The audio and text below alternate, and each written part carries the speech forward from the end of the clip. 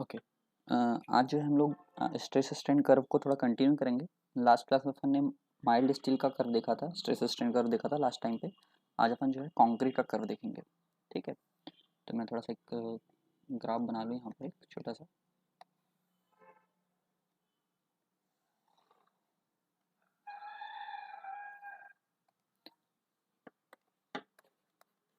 ये हमारा है स्ट्रेस का, ठीक है, और ये है डायरेक्शन स्ट्रेन का।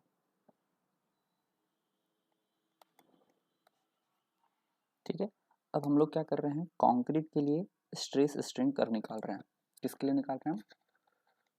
कंक्रीट के लिए स्ट्रेस स्ट्रेन कर्व निकाल रहे हैं। CURVE है ये। ठीक, कर्व निकाल रहे हैं। ठीक, कंक्रीट के लिए स्ट्रेस स्ट्रेन कर्व निकाल रहे हैं, तो जब ये हमें करना होता है, स्ट्रेस स्ट्रेन कर्व निकालना होता है कंक्रीट का, तो हमें यहाँ पर सिलेंड्रिकल स्पेसिमेन लेना होता है। किस प्रकार का स्पेसिमेन लेना है? स्पेसिमेन कहने का मतलब ये है सैंपल, मतलब जो हम जिस पे टेस्ट कंडक्ट करेंगे। आपने कंप्रेसिव टेस्टिंग मशीन देखा हुआ, उसमें अपन क्या बनाते हैं, क्यूब बनाते हैं। ठीक है, क्यूब को अपन उस सीटीएम मशीन में डालते हैं। ठीक है, उसी को हम जो क्यूब बनता है उसको स्पेसिमेन कहते हैं। उसी प्रकार यहाँ शेयर स्ट्रेस निकालने के लिए, सॉरी, स्ट्रेस स्ट्रेन कर्व निकालने के लिए हम लोग क्या कर रहे हैं, स्पेसिमेन जो ले रहे हैं वो कौन सा ले रहे हैं हम लोग, सिलेंड्रिकल ले रहे हैं, है ना। हम कौन सा ले रहे हैं, सिलेंडर स्पेसिमेन ले रहे हैं। ठीक, और यहाँ पर हम लोग कौन सा फोर्स अप्लाई कर रहे हैं, जो हम फोर्स अप्लाई करेंगे, जो हम यहाँ पर फोर्स जो अप्लाई करेंगे, फोर्स अप्लाई करेंगे हम यहाँ पर कंप्रेसिव, कंप्रेशन फोर्स अप्लाई करेंगे अपन यहाँ पर।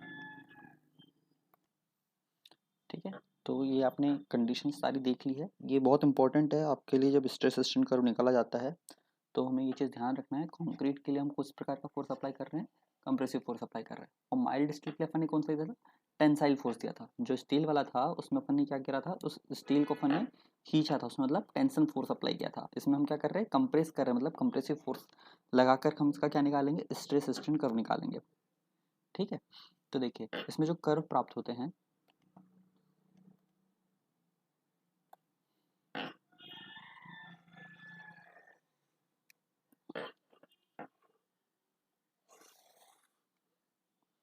ठीक है, ये मान के चलिए इस प्रकार का कर्व प्राप्त हुआ। ठीक है, स्ट्रेस स्ट्रेन कर्व हमें इस प्रकार का प्राप्त हुआ, जिसमें ये आपको दिख रहा है पीक पॉइंट। ये जो दिख रहा है ये क्या आपका पीक पॉइंट है, ये है आपका पीक पॉइंट। ठीक, मतलब यहाँ पर जो है आपकी जो स्ट्रेस है, यहाँ पर जो इस पॉइंट पर जो स्ट्रेस आपका वो कैसा होगा, मैक्सिमम होगा। यहाँ पर आपका स्ट्रेस होगा, मैक्सिमम होगा। और इस पॉइंट पर जो आपका स्ट्रेन है, ठीक है, वो मैक्सिमम तो नहीं है, क्योंकि मैक्सिमम स्ट्रेन आपका यहाँ तक के गया हुआ है अभी। ठीक है, मैक्सिमम स्ट्रेन यहाँ तक के गया हुआ है। ठीक है, अभी धीरे धीरे एक्सप्लेन कराता हूँ सब चीज़, है ना, इकट्ठे तो नहीं हो पाएगा अभी।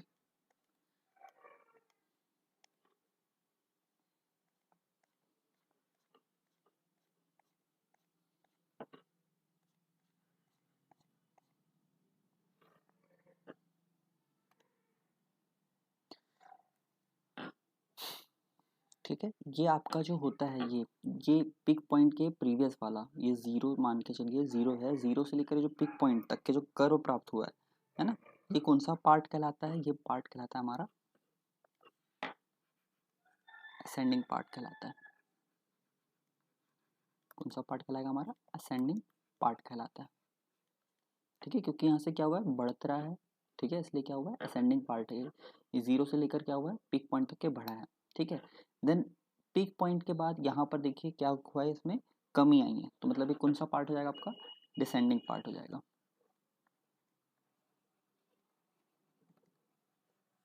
Descending part. ठीक है, अब मान के चलिए कि मैंने तीन ग्रेड लिए। ठीक है, मैंने क्या करा, तीन कंक्रीट के ग्रेड में ये स्ट्रेस स्ट्रेन कर्व कंडक्ट करे, है ना। मान के चलिए मैंने तीन कंक्रीट ग्रेड लिया था। पहला था मेरा ये कर्व तो भी आप सिंपल समझ लीजिए, मैं एक काम करता हूँ दूसरे उसमें एक्सप्लेन कराता हूँ। ठीक है, ये कर्व आपका किस में था, कंक्रीट का था। अभी अपन ने कोई अलग अलग ग्रेड नहीं लिए थे, एक कोई भी एक ग्रेड का अपन ने कंक्रीट लिया, कोई भी एक ग्रेड का अपन ने कंक्रीट लिया, चाहे वो M10 हो या M15 हो या वट एवर जो भी हो, है ना। उसका हमने क्या करा, उस पर हमने सिलेंडर का स्पेसिमेन बनाया, उस पर हमने कंप्रेशन फोर्स डाला और हमने ये कर्व प्राप्त किया। ठीक है, इसी प्रकार सेम हमें कर्व एक प्राप्त होगा। और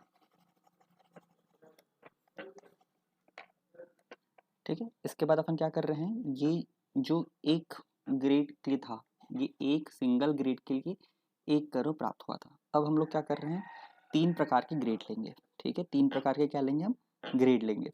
ये पहला चीज क्लियर, इसको नोट डाउन कर लेना। मैं इसी कर्व में थोड़ा एक्सप्लेन करा रहा हूँ आगे, तो मैं इसे पिक कर ले रहा हूँ, 1 मिनट वेट करें।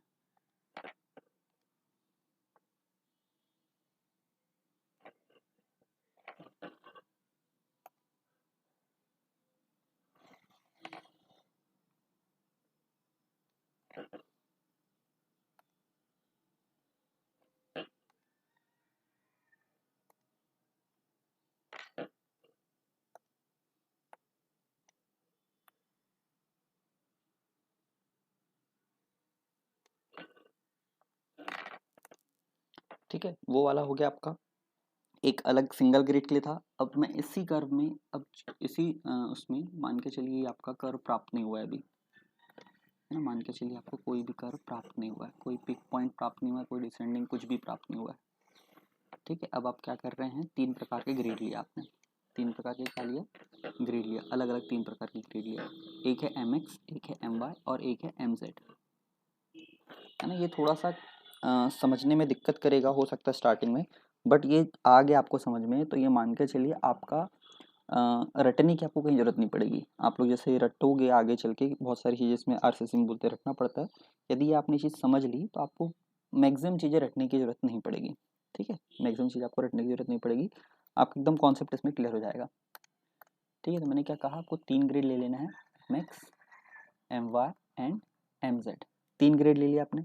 और इसमें भी चीज़ ध्यान रखिए कि जो MX ग्रेड है वो कैसा है, छोटा ग्रेड है, कम ग्रेड है। मतलब ये हो सकता है कि M10 हो, मैं अज्यूम कर रहा हूँ, MX ही लेना है आपको, मैं अज्यूम करके बता रहा हूँ। और ये MY मान के चलिए M15 हो, और ये जो MZ है हो सकता है कि M25 या 20 वॉट एवर जो भी हो। ठीक है, तो इस प्रकार से ये, है ना। अभी तो मैंने MX, MY, MZ लेके रखा है, तीन प्रकार के ग्रेड है, जिसमें MX जो है छोटा है, देन MX से बड़ा MY है, और MY से भी बड़ा क्या है, MZ है। जब मैंने इन तीनों ग्रेड पर टेस्ट कंडक्ट करा, कौन सा टेस्ट, कंप्रेसिव फोर्स अप्लाई करा, सिलेंडर स्पेसिमेन बना के स्ट्रेस स्ट्रेन कर्व जब निकाला, तो मुझे जो कर्व प्राप्त हो रहा है,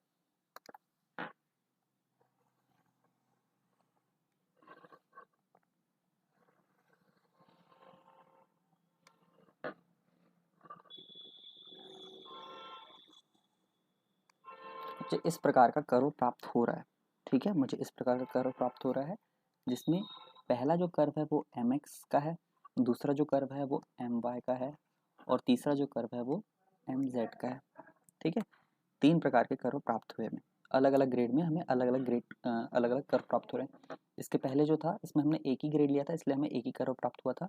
इसमें हमने क्या करा, तीन प्रकार के ग्रेड लिए हैं, और तीन प्रकार के ग्रेड में हम क्या करेंगे, अब कंपेरिजन करेंगे। ठीक है, मतलब इसमें स्टडी करेंगे कि क्या क्या चीज़ हमें प्राप्त हो रही है।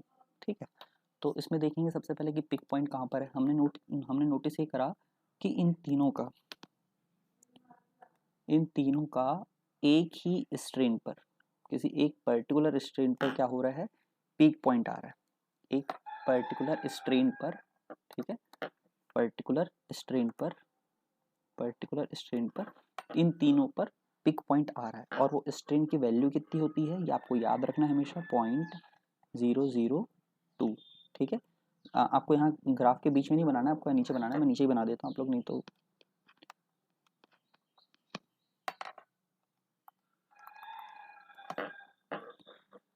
0.002। ठीक है, इस पर आपको सारे जो पॉइंट मिल रहे हैं ये सारे पिक पॉइंट हैं।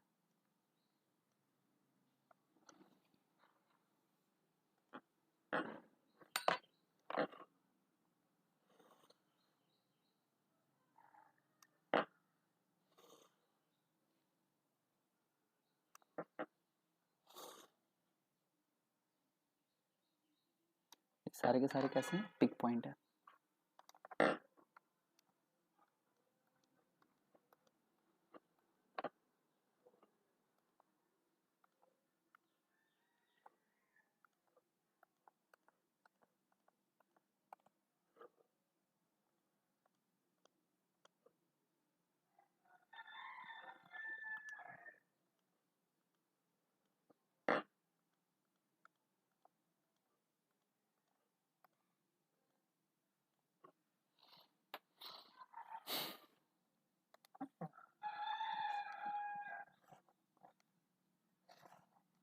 ये सारे आपके क्या हैं, पिक पॉइंट है। तीनों जो हैं आपके क्या हैं, पिक पॉइंट है। याला, याला और याला। और ये कितने स्ट्रेंथ पे मिल रहा है, 0.002 स्ट्रेंथ पे मिल रहा है। ठीक है, अब यहाँ पर आपको अब ध्यान देना है, यहाँ पर मैं कुछ पॉइंट्स बताऊंगा, उसको आपको रिलेट करना है ग्रेड से। ठीक है, आपको उसको रिलेट करना है ग्रेड से। ठीक, अब यहाँ पर देखिए, यहाँ जगह नहीं है, आप लोग कॉपी के नीचे वाले बनाएंगे, है ना। मैं यहाँ पर साइड में, इस साइड में लिख रहा हूँ, पर आप लोग कॉपी में इस ग्राफ के, ये जो इसका जो कर्व है, इस कर्व के नीचे बनाएंगे सारी चीज़ें। ठीक है, तो यहाँ पर देखिए कि मैंने बनाया ग्रेड, मैंने बनाया क्या, ग्रेड बनाया।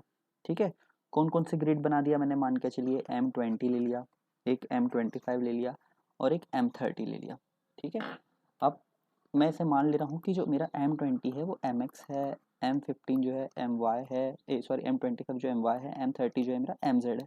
मैं अभी अज्यूम कर रहा हूँ, सिर्फ और सिर्फ अज्यूम कर रहा हूँ ताकि आपको क्लियरली समझा सकूँ। ठीक है, यहाँ पर आप नोटिस कीजिए, जैसे जैसे आपका ग्रेड बढ़ रहा है ना, MX MY MZ, यहाँ पर ग्रेड बढ़ रहा है। पहले 20 था, फिर 25 हुआ, फिर 30 हुआ, है ना। मतलब इसकी क्या बढ़ रही है, स्ट्रेंथ बढ़ रही है ना। मैं इसे एक काम करता हूँ, थोड़ा सा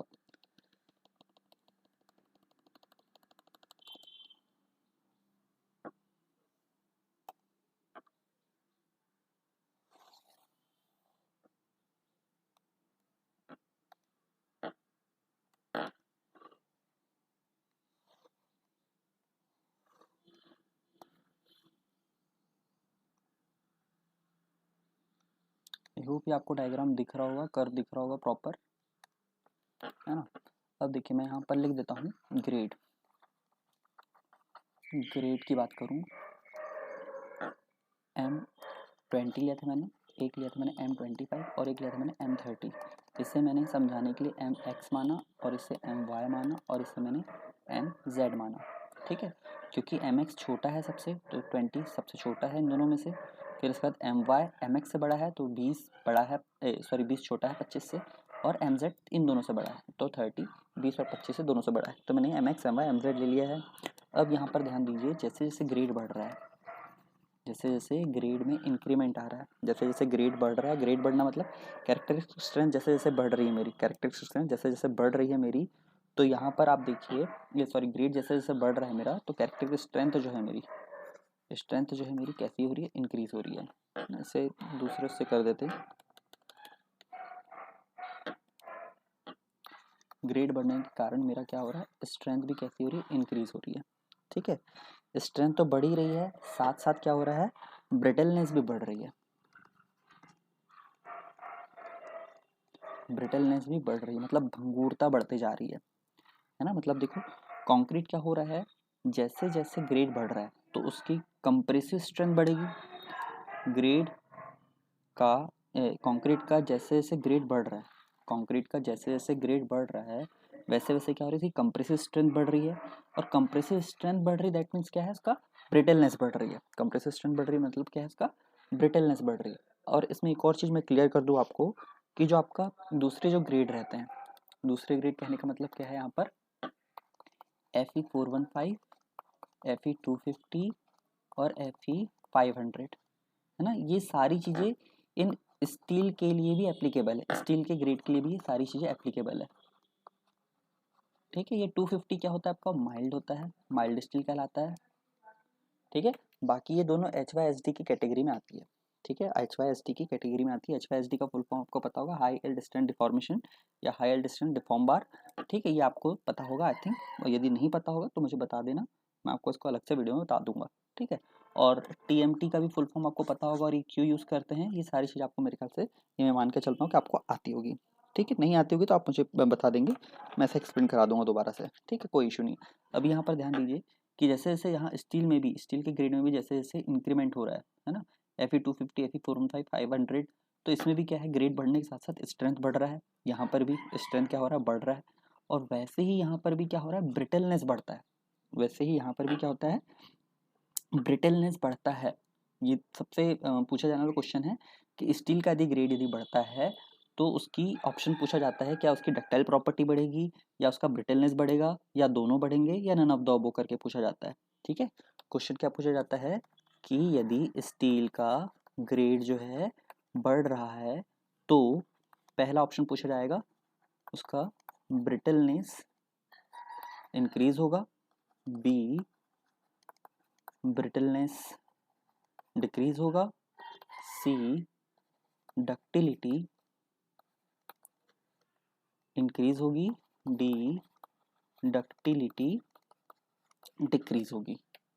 ठीक है, ये इस प्रकार का ABCD दिया जाता है और ऑप्शन में दिया जाता है 1 2 3 4, ये है मेन ऑप्शन। अब A and B, only A, only B या A एंड D, इस प्रकार से आपको दिया जाता है।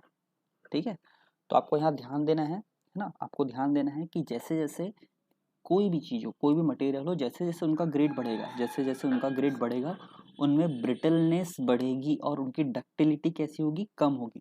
जब स्वाभाविक सी बात है, जब उसकी भंगुरता बढ़ेगी तो उसकी डक्टिलिटी कैसी होगी, कम होगी। तो यहाँ पर आपका ऑप्शन क्या आएगा, ए ऑप्शन आएगा, उसका ब्रिटलनेस बढ़ेगा और उसकी डक्टिलिटी क्या होगी, कम होगी। ठीक है, ये स्वाभाविक सी बात है। तो स्टील में भी आपको इस चीज़ का ध्यान रखना है। स्टील में क्या होता है, जैसे जैसे हम ग्रेड बढ़ाते हैं, स्टील में भी जैसे जैसे हम ग्रेड बढ़ाते हैं वो डक्टाइल प्रॉपर्टी अपनी लॉस कर देता है। ठीक है, मतलब कम कर देता है, लॉस तो नहीं करता है, कम हो जाती है as compare then lower grade. Lower grade के कंपेरिजन में उसकी जो डक्टिलिटी रहती है वो कम रहती है, उसमें ब्रिटलनेस की प्रॉपर्टी इनहेंस होते जाती है। अब अपन आप लोग के मन में ये डाउट आएगा कि सर फिर ये अपन Fe500 क्यों यूज़ करते हैं, जब उसकी डक्टाइल प्रॉपर्टी कम हो चुकी है ना, जब उसकी डक्टाइल प्रॉपर्टी कम हो चुकी है तो हम Fe500 क्यों यूज़ करते हैं, Fe415 यूज़ क्यों करते हैं, Fe250 ही क्यों यूज़ नहीं कर लेते। तो देखिए एक्चुअली क्या है कि हम इन किसी भी ग्रेड का प्रॉपर यूज़ नहीं करते हैं, तो सिर्फ हमने स्ट्रेंथ, कैरेक्टरिस्टिक स्ट्रेंथ डिफाइन किया हुआ है। जब बेसिकली भी क्या होता है, हम जो भी कंस्ट्रक्शन करते हैं उसमें TMT बार का यूज़ करते हैं। किसका यूज़ करते हैं हम लोग, TMT बार का यूज़ करते हैं। इस TMT बार में क्या हो रहा है कि जो हमारी कमी आ रही है, किस चीज़ की कमी आ रही है, ब्रिटलनेस हमारा बढ़ जा रहा है। ठीक है, ब्रिटलनेस हमारा जो बढ़ जा रहा है, ग्रेड बढ़ाने के कारण जो उसका ब्रिटलनेस बढ़ जा रहा है, उसकी डक्टिलिटी कम हो जा रही है, उस चीज़ को ओवरकम करता है क्या, TMT बार। TMT बार में क्या रहता है, हम लोग बीच में डालते हैं सॉफ्ट, है ना, सॉफ्ट बार डालते हैं, देन उसके ऊपर हम एक कवर करते हैं हार्ड बार का। ठीक है, कवर करते हैं हम किसका, हार्ड बार का, तब जाके हमारी ये TMT बार बनती है, जो कि हमें प्रॉपर ग्रेड भी प्रोवाइड करती है, जो हमें ग्रेड रिक्वायर्ड रहता है उस ग्रेड भी प्रोवाइड करती है, और हमारी ब्रिटलनेस भी कम नहीं होती है उस जगह पर। ठीक है, कब, जब हम TMT बार यूज़ करते हैं तब। क्लियर है, ये TMT वाला थोड़ा सा और मैं डिस्कस कर दूंगा, यदि आपने नहीं पढ़ा हो तो बता देना, मैं से थोड़ा और आगे डिस्कस करूंगा, अभी अपन टॉपिक से नहीं भटकते हैं, है ना। ये मेरे ख्याल से सेकंड पॉइंट क्लियर हो गया होगा, ब्रिटलनेस क्या कैसे इंक्रीज हो रही है ना। आप कंक्रीट में तो सीधी सी बात है कि कंक्रीट की ग्रेड बढ़ रहा है तो स्वाभाविक सी बात है उसमें कंप्रेसिव स्ट्रेंथ है तो उसका ब्रिटलनेस बढ़ेगा ही बढ़ेगा। उसी प्रकार जो आपका स्टील ग्रेड है उसमें भी जैसे जैसे ग्रेड बढ़ता है, Fe250 Fe415 या Fe500 पे जाते हैं, तो उसमें क्या होता है, उसकी डक्टाइल प्रॉपर्टी, ठीक है, मतलब उसका लचीलापन जो है वो कैसा हो जाएगा, कम हो जाएगा। ग्रेड बढ़ने के कारण मजबूत हो जाएगी, है ना। कोई भी रॉड जब मजबूत हो जा रही है, मजबूत होने के कारण क्या हो जाएगा उसमें जो उसकी लचीलापन है, जो उसकी फ्लेक्सिबिलिटी है, वो कैसे हो जाएगी, कम हो जाती है। तो उसमें हम कह सकते हैं ब्रिटलनेस की प्रॉपर्टी इनहेंस हो जाती है। ठीक है, इसी प्रकार उसका जो हार्डनेस होगा, है ना, इनमें जो हार्डनेस होगा वो भी कैसा होता है, इंक्रीज होता है। हार्डनेस भी कैसा होता है, इंक्रीज होता है। और डक्टिलिटी जो है, ठीक है, डक्टिलिटी कैसी होती है, कम हो जाती है। ठीक है, अब ब्रिटलनेस का कैसे क्या प्रभाव पड़ रहा है, अब यहाँ पर आप देखिए, इसमें कर से समझा देता हूँ आपको मैं। देखो, ये जो हमारा MX है वो इस पॉइंट पर आके ब्रेक हुआ है ना। MX जो है इस पॉइंट पर आकर क्या हो गया है, रुक गया है हमारा स्पेसिमेन। ठीक है, जो कर्व प्राप्त हुआ है इस पॉइंट पर मिला है, मतलब हमें मैक्सिमम स्ट्रेंथ इस पॉइंट पर मिला है है ना, मैक्सिमम स्ट्रेन हमें mx का इस पॉइंट पर मिला है, मतलब ये ज़्यादा खींचा है एज कंपेरिजन my के कंपेरिजन में mx जो है ज़्यादा दूरी तक के खींचा है। हम डक्टिलिटी की बात करें या इसमें जो स्ट्रेन जो आया है ये ज़्यादा है, मतलब ज़्यादा देर तक के इसको हम खींच सकते हैं ना। मैं आपको सिर्फ उससे बता रहा हूँ कर्व को समझने के लिए कि यहाँ पर आपका जो पॉइंट जो है ये क्या है, आगे गया है। दैट मीन्स हम इसे कह सकते हैं कि इसमें जो परसेंटेज ऑफ इलोंगेशन हुआ है, परसेंटेज ऑफ इलोंगेशन जो हुआ है ना, वो कैसा हो रहा है, ज़्यादा हुआ है। ठीक है, परसेंटेज ऑफ इलोंगेशन कैसा हुआ है, लोअर ग्रेड में ज़्यादा हुआ है। तो मतलब मैं यहाँ पर एक पॉइंट और लिख देता हूँ कि ग्रेड बढ़ने के साथ साथ जो आपका परसेंटेज ऑफ इलोंगेशन है, ठीक है, अप टू फेल्योर वो कैसा हुआ है, कम हो जाता है। ग्रेड बढ़ने के साथ साथ percentage of elongation up to failure कैसा होता है, कम हो जाता है। mx का कम ज़्यादा था, mx का कैसा है, ये इलोंगेशन ज़्यादा हुआ है, mx ज़्यादा खींचा है। ठीक है, डक्टिलिटी इसमें ज़्यादा थी तो ज़्यादा एक्सपॉन्ड कराइए। ठीक, फेल होने से पहले ज़्यादा खींचा, और my एज कंपेरिजन mx कम खींचा। और उसी प्रकार mz का जो ग्रेड था ज़्यादा था, है ना, mx कितना माने अपन ने 30 था, तो 30 बहुत पहले ही फेल कर चुका है, बहुत पहले ही फेल कर गया है। ठीक है, मतलब percentage elongation up to failure कैसा होता है, ग्रेड बढ़ने के साथ साथ कम होते जाता है। ठीक है, अब इस चीज़ को आप ना यहाँ पर ना लिखते हुए अलग से, यहाँ मेरे पास जगह नहीं थी तो आप इसको ब्रिटलनेस के आगे ही लिख लेना ये चीज़ें। ठीक है, इस चीज़ को ब्रिटलनेस के आगे ही आप यहाँ पर मेंशन कर देना। ठीक है, तो अच्छा हो जाएगा आपके लिए। ठीक, आई होप ये अभी समझ में आ गया होगा सर आपको। ठीक है, आप अभी तो फिलहाल आप इस वीडियो को समझिए, है ना। इसके बाद मैं नेक्स्ट वीडियो पे दूसरा टॉपिक और कवर करवाता हूँ। Thank you.